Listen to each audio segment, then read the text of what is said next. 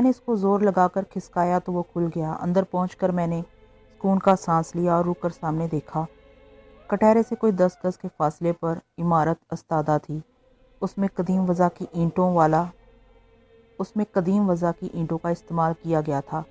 چھت لکڑی کی تھی۔ وہ باہر سے ایک پرانا شکستہ مکان ہی نظر آتا تھا۔ صدر دروازہ بند تھا اور اس تک پہنچنے کے لیے مجھے 5 عدد زینے طے کرنے پڑے۔ میں نے زینے چڑھے اور ایک بار پھر پیچھے مڑ کر دیکھا۔ اس بلندی سے مجھے وہ حصہ صاف نظر آ رہا تھا جہاں بھیڑیے کھڑے تھے۔ وہ دونوں ابھی تک وہیں کھڑے تھے، میری طرف دیکھ رہے تھے۔ ان میں سے کسی نے بھی 1 انچ بھی جنبش نہیں کی تھی۔ میں نے دروازے پر آہستہ سے دستک دی اور تب ہی میں گھبرا کر ایک قدم پیچھے ہٹ گیا۔ دروازہ کچھ اسی طرح اچانک کھولا گیا تھا۔ پھر جو شخص میرے سامنے آیا وہ بھی خاصا عجیب تھا۔ اس جیسا شاندار شخص میری نظروں سے کم ہی گزرا ہوگا۔ اس کے جسم پر ایک قدیم وضع کی مرصعی تھی۔ گلے میں موتیوں کی چند مالائیں پڑی ہوئی تھیں۔ اس نے پیر میں سلیم شاہی جوتے پہن رکھے۔ اس کا رنگ سرخ و سفید تھا۔ اس نے کاکلیں بڑھا رکھی تھیں۔ اس کے وجیح چہرے پر پتلی پتلی مونچھیں تھیں۔ چہرے کے نقوش تیکھے تھے اور آنکھوں میں چمک پنہاں تھی۔ مجھے دیکھ کر اس نے آہستہ سے کہا، خوش آمدید مہمان عزیز، خوش آمدید۔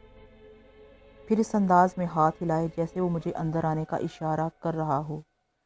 میں جلدی سے اندر چلا گیا۔ میرے میزبان نے دروازہ بند کر لیا۔ اندر خاصی تاریکی تھی۔ میں جہاں کھڑا تھا وہ کوئی ہال رہا ہوگا۔ کمرے کی اس ملجگی تاریکی میں نے دیکھا کہ ہال سے ملحق ایک اور کمرہ ہے جس کے روشن دانوں سے روشنی چھن رہی تھی۔ میرا میزبان میرے آگے چلتا ہوا اسی دروازے میں داخل ہو گیا۔ وہاں رک کر اس نے مجھے اندر آنے کا اشارہ کیا۔ میں کسی مورتی کی مانند اس کے حکم کی پیروی کرتا ہوا چل پڑا۔ اس کمرے میں کافی روشنی تھی جو چھت میں ٹنگے ہوئے فانوس سے خارج ہو رہی تھی۔ کمرہ خاصا کشادہ تھا۔ ایک جانب بڑا سا تخت پڑا ہوا تھا جس پر گاؤ تکیہ وغیرہ رکھا تھا۔ دوسرے گوشے میں ایک بڑی سی میز موجود تھی جس پر پھولوں کا ایک اور گلدستہ رکھا ہوا تھا۔ دیواروں پر قدیم وضع کے ہتھیار بڑی خوبصورتی سے آویزاں تھے۔ ان میں کچھ توڑے دار بندوقیں، کچھ بیش قیمت خنجر اور ڈھالیں شامل تھیں۔ پورا کمرہ ایک مخصوص قسم کی خوشبو سے بسا ہوا تھا۔ یہ غالباً عود یا عنبر کی خوشبو تھی۔ میں ایک عجیب سا الف لیلوی ماحول محسوس کر رہا تھا۔ ایک جنگل میں جہاں میلوں کوئی آبادی نہ تھی، مکان کی موجودگی خاصی عجیب تھی۔ میں بہت کچھ کہنا چاہتا تھا لیکن میرا میزبان مجھے موقع ہی نہیں دے رہا تھا۔ تخت پر بیٹھنے کا اشارہ کرتے ہوئے میرے نوجوان میزبان نے کہا، تشریف رکھیے، اچھا ہوا کہ آپ ادھر آ گئے ورنہ بھیڑیے خطرناک ثابت ہو سکتے تھے۔ میں نے چونک کر اس کی طرف دیکھا۔ اس نے شاید میرے دل کی بات سمجھ لی اور بولا، اس میں حیرت کی کوئی بات نہیں، میں نے دروازہ کھولتے وقت ان دونوں کو دیکھ لیا تھا۔ میں ابھی تک تذبذب میں کھڑا تھا۔ اس نے ایک بار پھر مجھے بیٹھنے کا اشارہ کیا اور بولا، بیٹھ جائیے، آپ تھکے ہوئے ہیں، میں پانی کا انتظام کرتا ہوں تاکہ آپ ہاتھ منہ دھو سکیں۔ پھر وہ جلدی سے کمرے کے بغلی دروازے میں غائب ہو گیا۔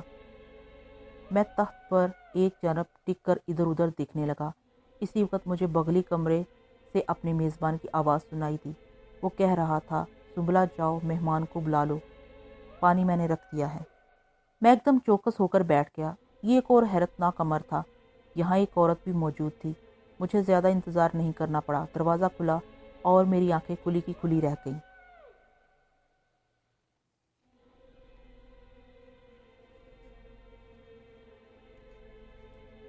وہ کوئی لڑکی تو نہیں تھی، یقیناً چاند کا ٹکڑا تھی جو زمین پر اتر آیا تھا۔ سرو قد گداز جس سرخ سفید رنگ اور کمر تک پہنچتی ہوئی زلفیں۔ میں شاعر نہیں ورنہ کچھ اچھی طرح سے اس کے سراپے کا ذکر کرتا۔ یوں لگتا تھا کہ جیسے چغتائی آرٹ کا کوئی حسین ترین نمونہ سامنے ہو۔ اس کے بدن پر سفید لباس تھا، چست چوڑی دار پاجامہ، لمبی سی قمیض، اس پر سیاہ رنگ کا دوپٹہ جس میں ستارے ٹکے ہوئے تھے۔ اندر تشریف لے آئیں اور ہاتھ منہ دھو لیں، ایک نغمہ سا ہواؤں میں ابھرا اور میری سماعت میں رس گھول گیا۔ میں گڑبڑا کر اٹھ بیٹھا، کچھ کہنا چاہا لیکن آواز نہیں نکل سکی، بس خاموشی سے اس کے پیچھے چل پڑا۔ دروازے کے ادھر ایک اور کمرہ موجود تھا جس کا ایک دروازہ جنگل کی سمت میں کھلتا تھا۔ وہیں میرا نوجوان میزبان کھڑا تھا۔ اس نے مجھے دیکھ کر پانی کے لوٹے کی سمت متوجہ کیا اور بولا، ہاتھ دھو لیں اور پھر اطمینان سے باتیں ہوں گی۔